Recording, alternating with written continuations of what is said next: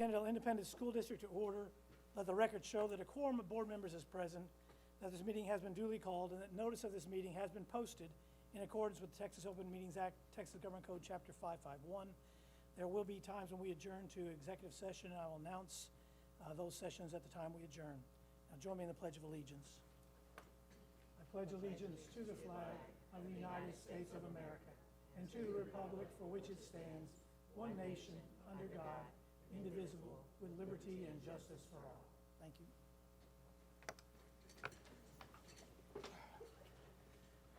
Next up is our roll call. Maria Douglas. Here. Felicia Moody. Here. Darrell Owens. Here. Debbie Villagomez. Here. Sean Glovier. Here. Andrew Bisco. Here. John Clark. Here. We have a full board.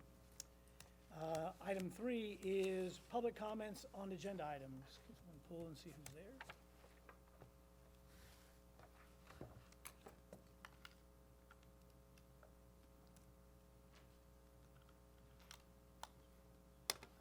He's on.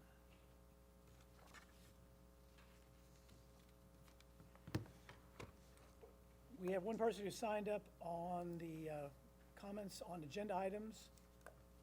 Sarah Blockland. Hi, when you come up, please just give us your address. Okay. It's 6907 Golf Green Drive. Thank you. Good evening. Happy almost Friday. Thanks for giving me a few minutes of your time. My name's Sarah Blockland, and I've been in the district for 7 years, and in education for 21, with 19 of them being in early childhood.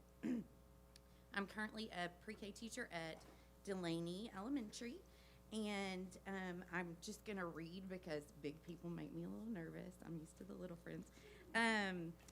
I know that there's been some discussion at a meeting a few days ago about the progress of construction and maybe it not being ready for pre-K and kindergarten to make a switch next year.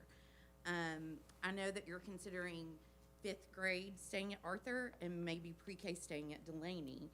And our team got together and had some positive thoughts about maybe pre-K being considered to be moved to Arthur. One of the big things that would really be helpful of us being our own little, in our own little environment is the early childhood setting.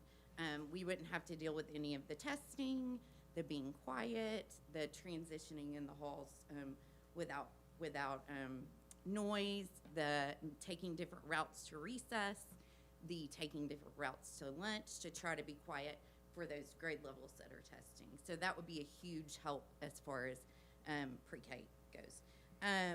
We would also be able to include the ECSE class, which is now housed at Patterson, and allow those students to participate with their neurotypical gen ed peers. And so we can combine classes and do more things together and include them more in the general ed setting. Special teachers are not required at pre-K right now, so if we were there by ourselves, you wouldn't need PE, music, and art teachers there. We would just do our own. Arrival and dismissal procedures would run a lot smoother just because it would be little kids, just us, would drop off and pick up, and we wouldn't have to be worrying about the big kids and all of the parents in that area. And if buses are being considered for pre-K next year, that would be smoother as well, just being at the campus by ourselves. Right now, we're just kind of thrown into all the lunches. We don't have our own lunch. I eat lunch with 2nd grade, so it would be great if we could all eat lunch together and have our own cafe. Breakfast we take to our classrooms, which is messy and hard, and they're trying to juggle their nap mats and all of that. And they are bag breakfasts, they're not hot breakfasts. So that would be a huge help to just to have the cafe and be able to eat breakfast and then transition to our class and start our day. And then a huge thing is our bad weather recess right now is just in our classroom, and we try to keep them as busy as we can, but with 18 friends in a small room, just needing the outside time, we don't get. So if we were at the Arthur Center, we would have access to those 2 gyms and that would really help with them getting to run and play during bad weather and for recess when we're not allowed to go outside.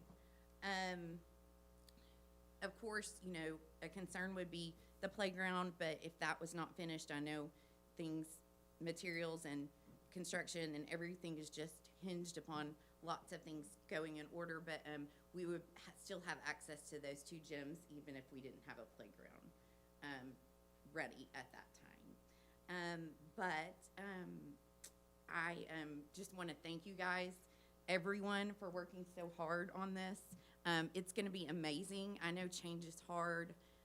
Growing pains are hard, but I really want to applaud you for all of your effort and work that you've put into it. It's going to be a great place for kids, and I can't wait to teach there. And anyway, I'm real happy I'm in this district that supports kids and has our back. So that's all I had.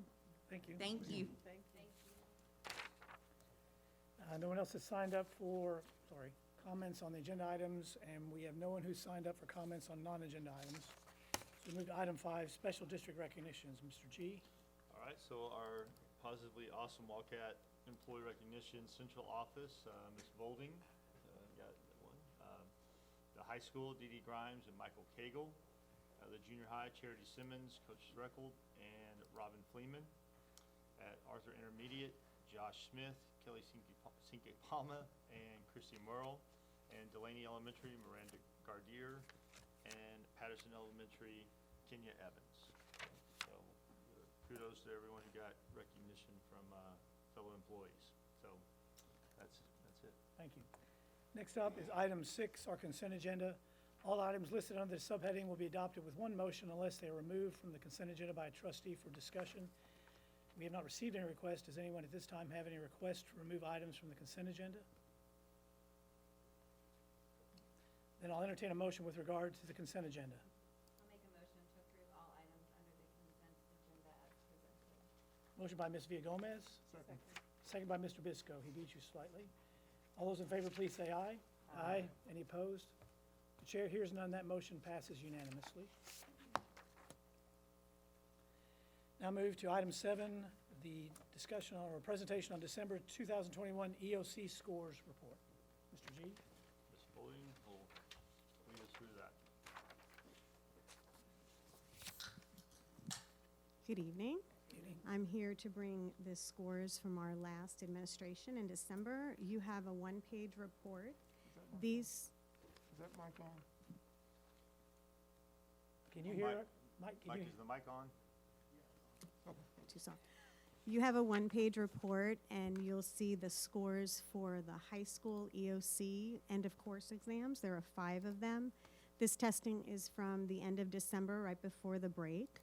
And this is not our big spring administration, but a mixed group of students who are taking these tests either because they were just completing the course, maybe they were in their 2nd semester this past fall and needed to take the test at the end, or they've already taken the test, completed the course in the past, and didn't pass and are still trying to pass for graduation requirements.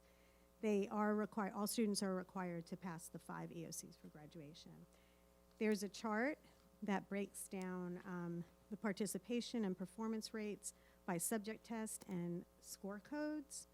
And then there's a little bit of information on graduation requirements and the IGC, or individual graduation committee option for some eligible seniors, and an explanation of how the pandemic impacted who made up the group of testers this past December. These scores came in last month. They were sent to the high school, and the high school staff has been, immediately reviewed them and looked at which students did pass and didn't pass, and went back for those students that didn't pass and reviewed their plans, updated the plans, and made sure that in the schedule they were getting the targeted instruction that they needed in tutoring, so that they'll be prepared to pass the test on the next round, which is in the spring. So there's English 1 and English 2 in April, and then the other subjects in May. So hopefully those students will come back and pass the test next time around. Do you have any questions about the report?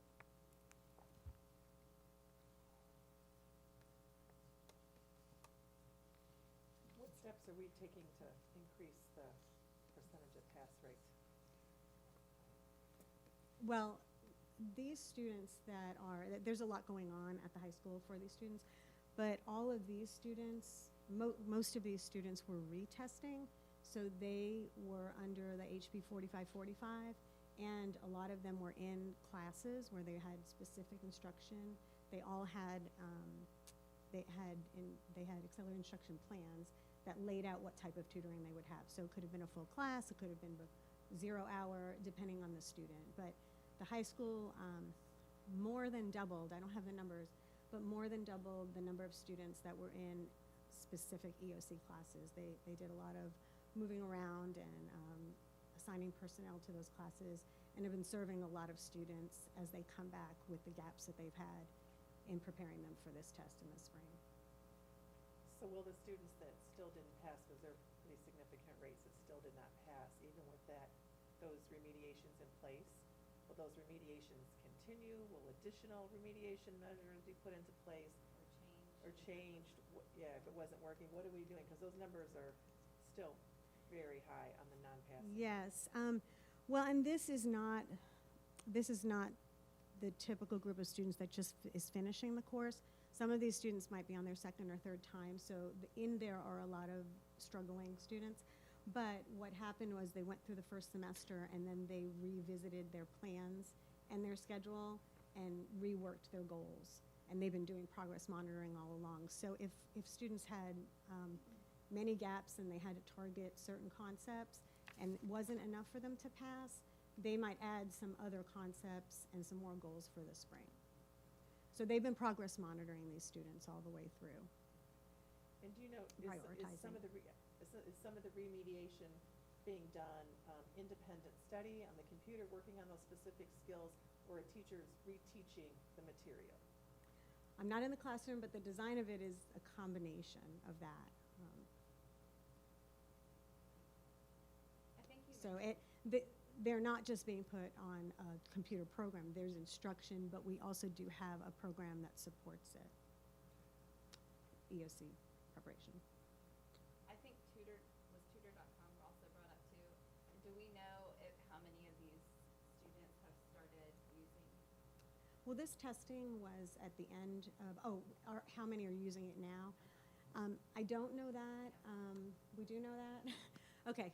But we are working with the campuses to help the teachers advocate for that program and to give some guidance as to what students could be doing when they call in for tutor.com. Yeah, because I know that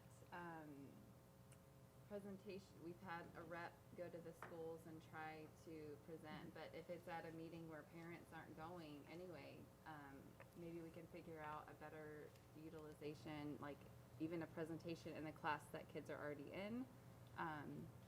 We did have a tutor.com presentation at the high school. Our instructional technology person went out there, but there's work to be done as far as getting it through the classroom teacher, because they, again, know the students and can Right. guide them toward what are those prioritized goals that they need help with, Exactly. because tutor.com can support them if we can just Exactly, yeah, 'cause prioritize they them don't- and get them exact- that yeah. direction. Okay, so anyway, just a thought. Great potential there, and we just this week we were talking about that and trying to get that next step out to really get the teachers involved and give them. Yeah, because like you resources that mentioned, they they're need. gonna know exactly what they need to be focusing on. So if we could get the Right. teachers to partner with them and help, and maybe even encourage them a little bit more to use it. And with tutor.com, you can provide your own materials to the tutor, so the You could be teacher using can some of these choose the things. materials Yeah. that are already aligned and guide These those tweaks students. that they're or, just not grasping, you could, yeah, Mhm. okay, nice. Are there some students who are having difficulties in these 5 categories in more than one category? Yes, there are some Sure. students, I don't have any numbers, but there are some students that do have more than one test to pass. So again, in terms of looking at the number of testers, that may not represent the total population. Correct. You may have one student counting in 2 different places or 3 Correct. different places. Yes, these are the students who tested that particular test. Thank you. And these are all 9th, 10th, 11th, 12th, the entire They could be high all the way, school? yes, they could be all the way up. to So we 12th may have grade. some seniors that haven't passed Algebra 1 Yes, with the ELC? yes. So they would mainly be 10th grade and up because they've already not passed the Algebra 1 EOC or the English 1 EOC, which are freshmen. So they might be in, getting that remediation to take it again. They could have failed English 1 as a freshman, and now they're in an English, well, they passed the course, but not the test. Now they're in English 2, and they could be working toward both English 2 and remediating to pass and get that English 1 EOC minimum score. And you said 59, looks at the report, says 59% of the students were retesters. So that's the second time they took it. They have 3 attempts or unlimited attempts? They have 3 attempts, correct? They can take as many times as they want, but usually after 3, they take them to the IGC committee, because we're not trying to punish the children. I mean, there are other ways to show mastery of skills as opposed to just taking a test. So we want to make sure that we're giving them a variety of options so that they can get out of high school. So once they get through the 11th grade, at the end of 11th grade, then they are possibly eligible for that other path to showing mastery. There are some other criteria, but that's something that we work with our seniors during 12th grade. Do we know what percentage of these students also qualify for special ed? I don't know the percentage. Could we get that? Could we get that?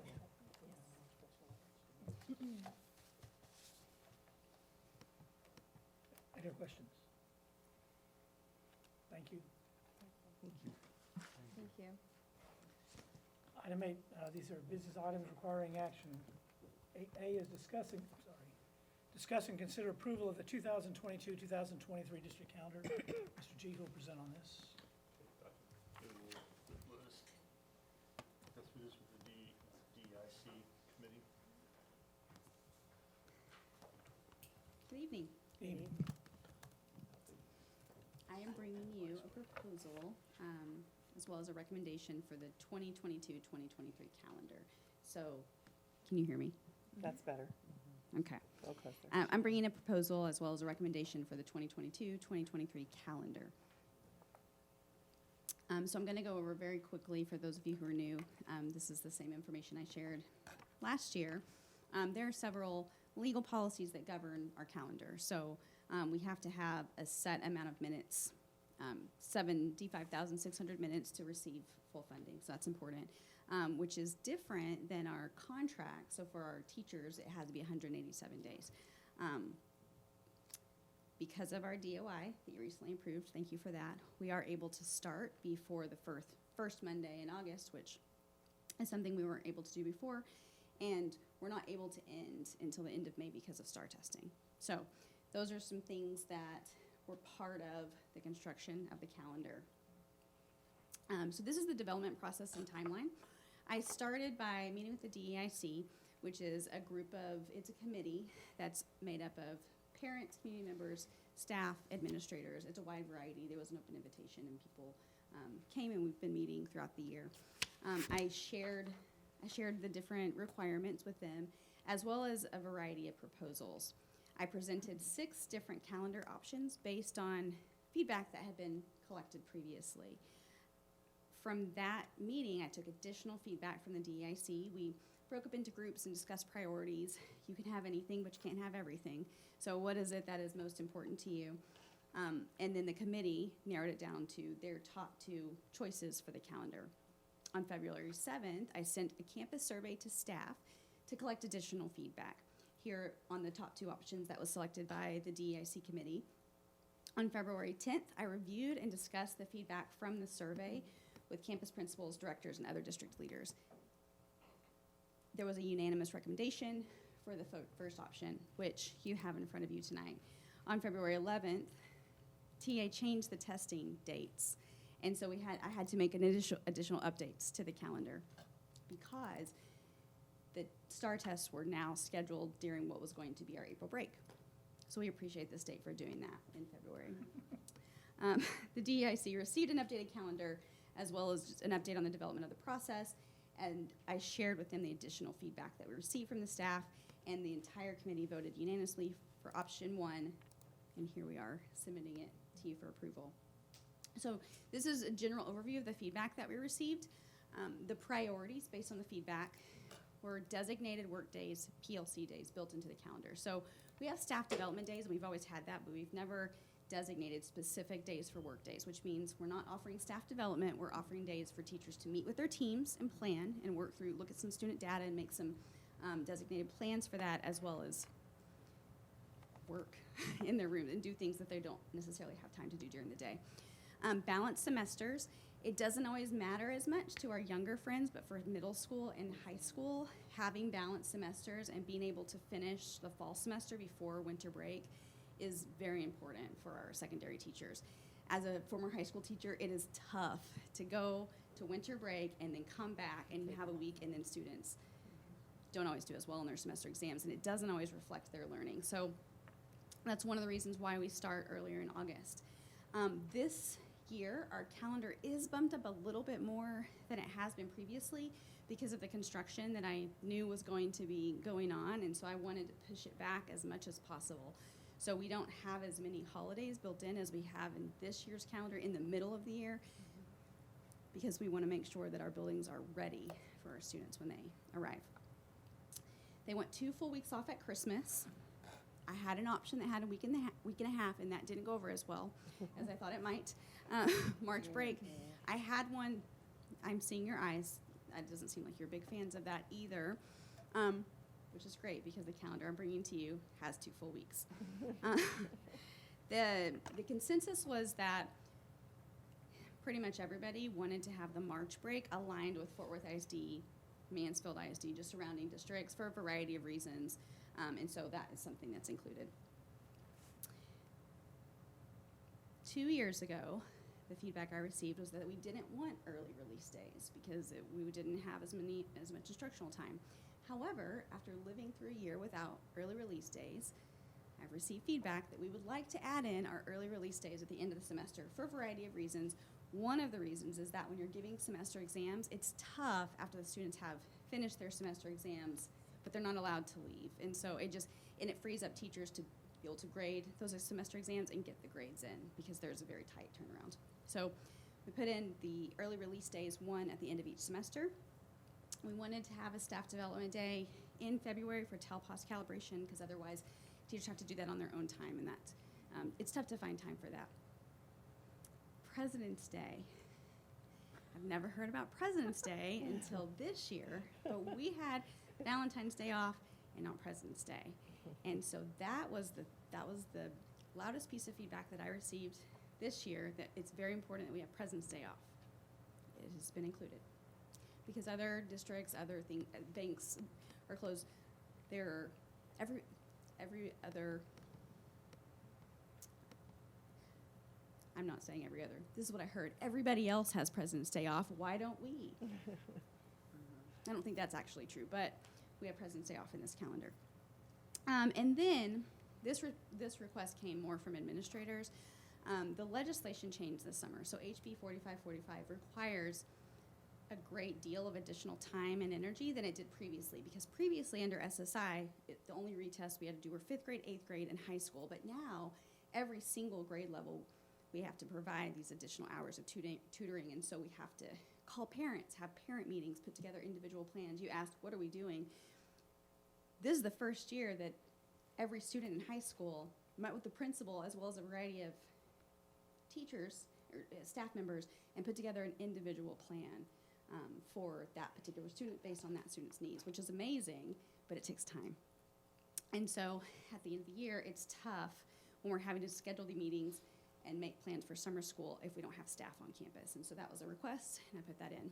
I'm telling you that because some of the feedback from the survey indicated that some of the staff members didn't see the value in putting it at the end of the year.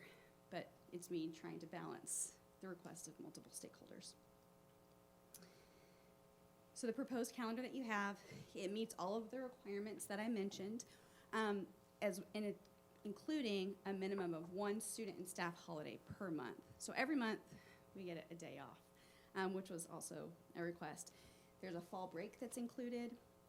President's Day is a holiday. We have 4 designated PLC workdays.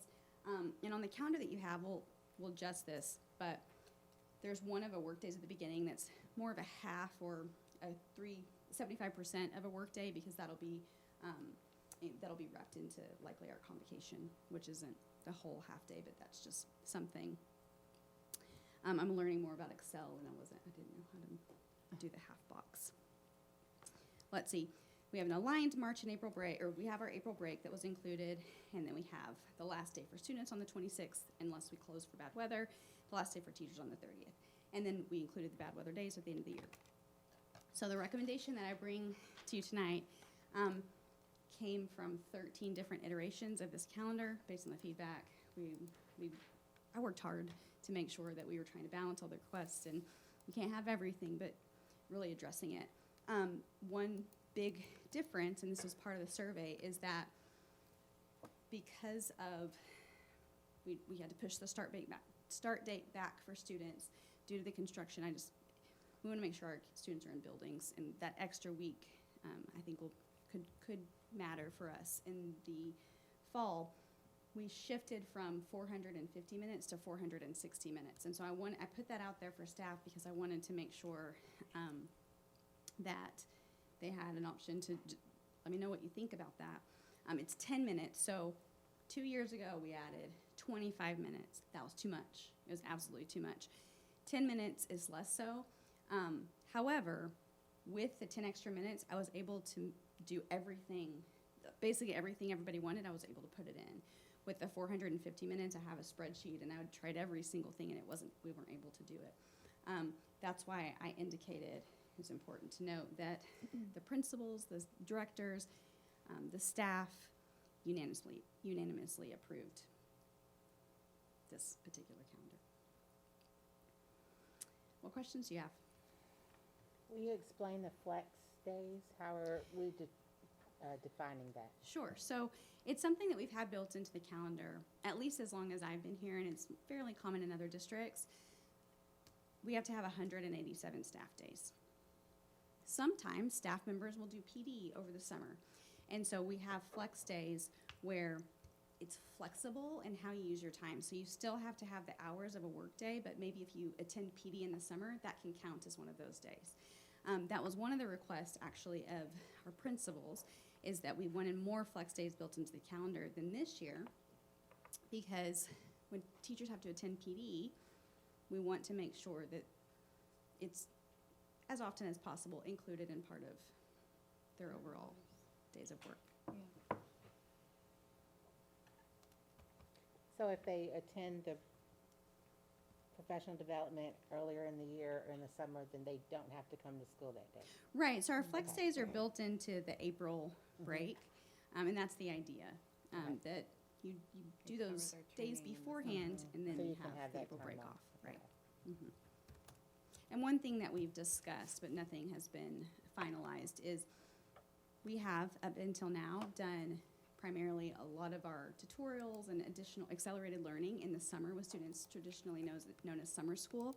With the April break, it does give us the opportunity, if we wanted to bring students in with a small group of students and compensate the teachers by the hour like we do in summer school, we could do that right before the start, and then maybe they wouldn't need summer school.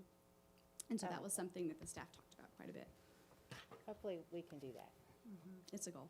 Yeah, so then summer school, if you have to go twice, Right. you have to tutor in April and go to summer school. But it's That right could be an before the incentive testing starts. Not to Right. be in this process.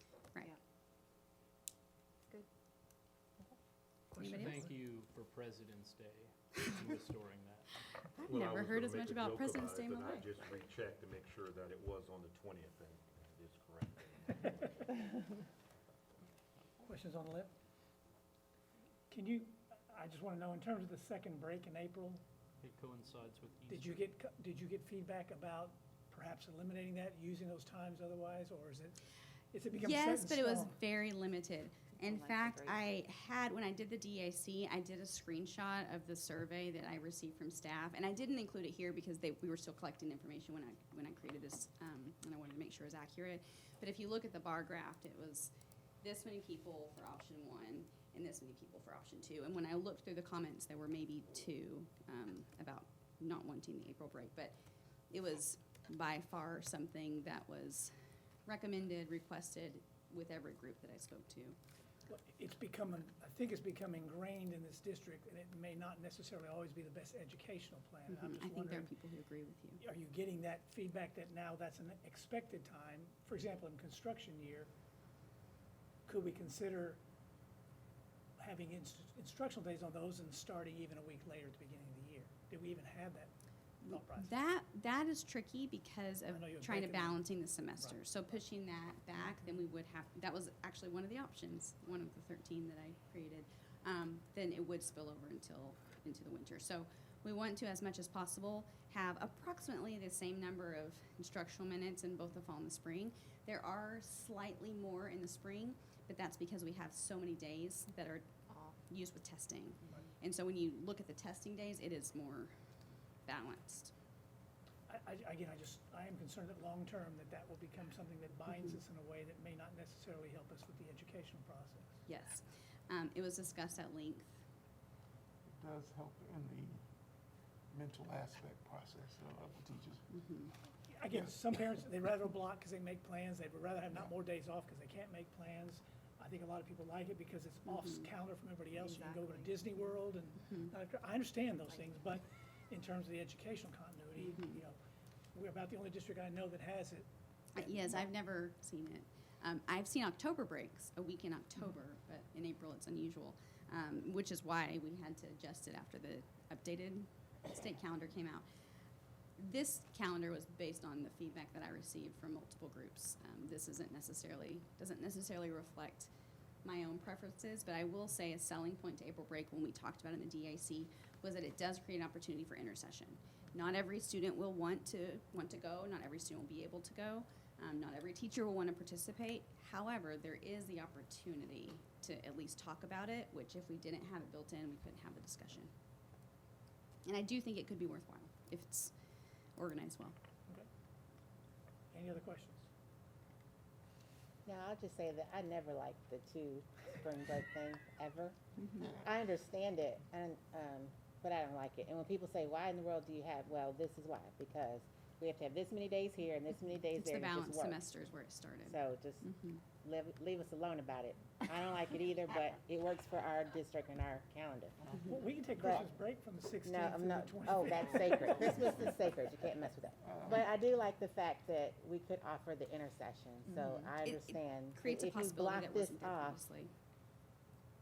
that's an incentive. Do what you need to do to get this time, and if you don't, you're going to be invited / required to It requires attend- summer school. Right, the intercession, so.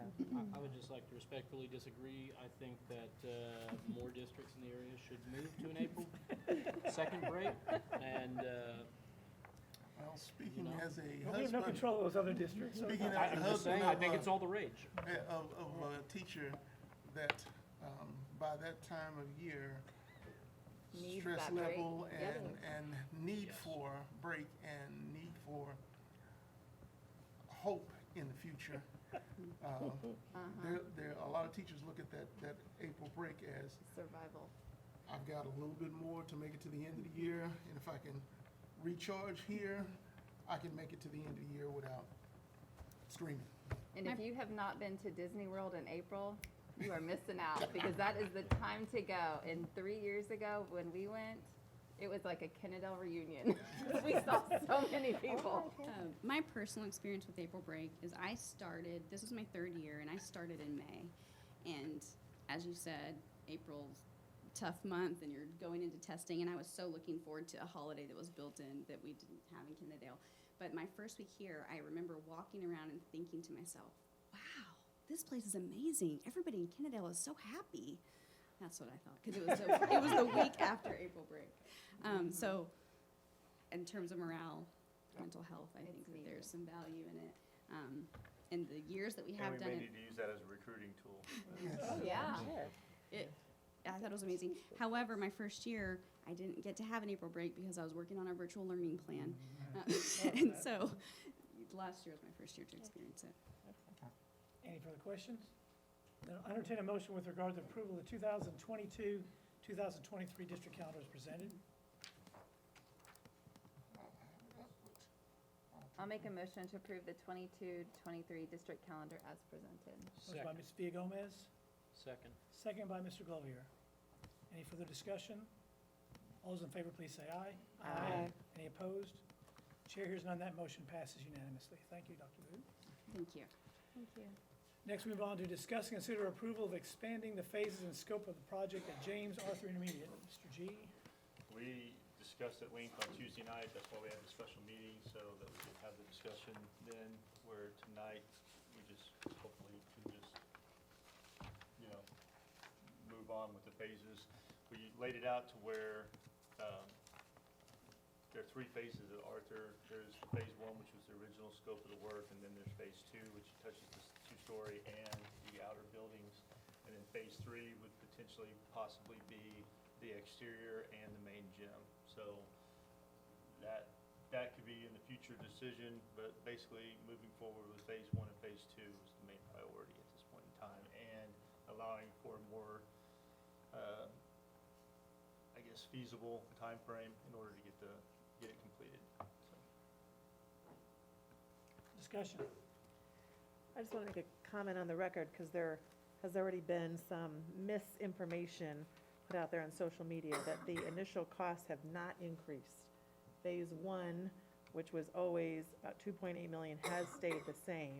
The reason that the costs are increasing is because we're adding the phase 2, which we discussed at length and felt was very needed to fulfill the mission of the Early Childhood Center. And was always planned. And was always planned, it was just a when it would be phased in. So that phase 2. So project costs have not increased. We are looking at same costs, just doing it in different phases. So I think that's just important to make a note of that publicly. Any further discussion? I think we should approve this quickly before anyone changes their mind. And I have to open it for discussion, that's my job. And if no one has any further discussion, then I will entertain a, Are we making a motion for all 3 phases, or just the 2? I'm gonna recommend at this time, you do the phase 1, phase 2, Yes. with Yeah. consideration for phase 3 at a later date. Yes. I agree That's with what I that. think, Yes. yeah. then I'll The entertain a 2 motion and- with regard to the requested action. Okay, I'll make a motion that we adopt the phase 1, phase 2, with phase 3 being considered at a later date, at the prices we discussed and, on Tuesday night. Motion by Mr. Bisco, Second. second by Ms. Villagomez. Now, any further discussion? All those in favor, please say aye. Aye. Any opposed? The chair hears none, that motion passes unanimously. We move on to item C, discuss and consider approval of job order contracting as preferred delivery method for Kennedale Junior High School renovations. Mr. G. This was kind of a sense of, or source of contention on Tuesday night as we were trying to discuss through this. This was always part of the consideration of basically moving the 6th grade to the junior high school. When we had proposed the thing in January, we showed the amount being on there, it was $541,000. That has now since dropped down to, I believe, $491, something like that, 461, something around. 450. 450, there we go, okay, all right, I didn't have it memorized, I hear but 410? that's dropped down with the scope, but the purpose of this is basically being able to, all you're doing is approving the delivery method for us to go start looking, having these contractors come in and start looking at the work and having them give us a estimate. So you're not approving the amount right now, you're approving the method that you're delivering for us to basically start going out to look at what these projects would cost. And as we said, it's not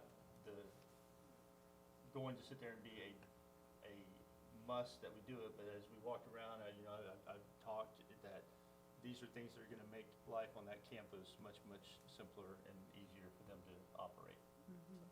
And we have the time to do it right now, and that's why we're looking at doing it, so. We're good financially to do it now? We're good financially to do And it it's now? better now with the costs and everything compared to what it could possibly be in the future, so. Okay. Any questions? Again, I just want to make a comment. I did, thank you, Mr. G, did request that I walk the building so that I could better understand what we were looking at visually on the map to kind of walk it. And so after walking it and seeing what we're doing and the reasons that we're doing it, it was something I could understand better as to the rationale of why the request was being made. Again, I think for the record, it's important to say it is a separate project. So again, the cost of the Early Childhood Center is not increasing. We are considering a separate project for the junior high. And my understanding is there may be some additional funding that's even coming in, so that we could be using that as well. So, like you said, but tonight, we're not looking at funding, we're looking at method if we want that to be considered, so. Is this the most efficient method to get to the answers quickly? I'm looking for our. Any other questions? I'll entertain a motion with regard to the job order contracting as a preferred delivery method for renovations at Kennedale Junior High School. I'll make a motion to use job order contracting as the preferred delivery method for the renovations at Kendall Junior High School as presented. Motion by Mr. Glovier. Second. Second by Ms. Moody. Any further discussion? All those in favor, please say aye. Aye. Any opposed? Chair hears none. That motion passes unanimously. Move on to item 9, personnel issues. Mr. G. All right, there's one that I want to bring your attention to. We have hired our principal for Delaney. Her name is Lacey Gold, and she's coming here February 21st. She starts Monday. So she has been in New Mexico. She was previously in Mansfield, and she moved to a family consideration. She moved to New Mexico, and she's wanting to get back into this area, and so we're welcoming her aboard on Monday. Are there any issues in executive session with regard to resignation, retirements, or new hires? I do not believe so. We move on to item 10, superintendent's report. I believe you have the reports from the campuses, the s'mores. We've had a pretty substantial kind of update on the construction. Our girls' basketball is playing tonight. Yes. So they won Monday night, and thank you, Robert. They won Monday night pretty handily against Salina. They're playing Dallas Carter tonight as we speak in Midlothian, and hopefully they get past that. And I have a feeling if they win that game, then they will be playing Sanger, and Sanger was the #1 team out of their district, and that's a pretty tough district. So, but congratulations to them, and the boys will be starting their basketball playoff run here shortly, I believe next week. Okay, and then track is off and running, so figuratively. And soccer has been going. They play through the cold and everything else. So I actually coached soccer one time in my coaching career, and it was like that was the most cold, miserable experience I think I ever did, and I didn't ever want to coach soccer again. But they battled through it, and the other night when it was really, really cold, I saw the lights on and we had a game, and I'm like, oh, mercy. But everything's rolling. I mean, we've more and more planning meetings. We had another planning meeting this morning for junior high, looking at our pre-athletics and how that's going to operate, and we're more planning and more meetings that are going to need to happen. Planning a parent meeting with the 5th and 6th grade parents, I believe for early March, first part of March before we break for the spring break, and conducting that at the PAC and how we want to operate that. Then in late April, having another open house parent night for the 5th and 6th grade parents and students to come in and tour the junior high school. So those are things that are coming up on the agenda. With several open houses, high school open houses coming up. A lot of this, like I said, is stuff that you should see in the s'mores. All right. We have COVID, and COVID the numbers are tracking down. I said, keep your fingers crossed. I said I was at a meeting the other night, and we've been able to stay stay open and not have to shut down, and that's been a very, very, it's a good testament to our employees, but, you know, just, we've been able to get through it, and so we're very proud of that. Anything to add to the information we have on enrollment? I'm sorry? Do you have anything to add to the information we already have on enrollment? No. Well, I will say this, in Patterson, you know, they just added 4 more students today at Patterson. So, you know, we have the ebb and flow, it's continuous, but, you know, we start seeing numbers start picking back up, and so. Oh, I we had noticed in, 4 new students added in there. I noticed in the new edition that there are actually, people at the end of Wildcat Way. People are already moving in there, and I saw some with small children, so. Never know. All right, that moves us to item 11, board discussion, upcoming meeting dates and times. March, we have a conflict with spring break, is that what I understand? Yes, we have the spring break, so we need to move our board meeting from the 3rd Thursday to the 4th, I believe. Is That'd that, probably be the same thing in April meeting. so take care of 2 birds at one stone. Is that gonna work for everybody, that we just move 1 week later? Yes, Say those dates again, please, 4th Friday, which is, March Thursday. 24th. Thursday, for March. or Thursday, I'm sorry, jeez. March 24th, and then April 28th. Right, I thought the dates were in here, I'm sorry. they're not on the list, I see. March 24th in there. March 24th, for regular meeting in March, and April 28th. 28th.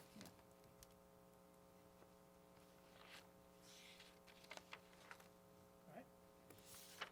Then Summer Leadership Institute 2022, we kind of have to start making plans as a board. Does the board want to attend that session or the Fort Worth session? That's the first question. San Antonio. San Antonio or San Fort Worth? They're in person this year?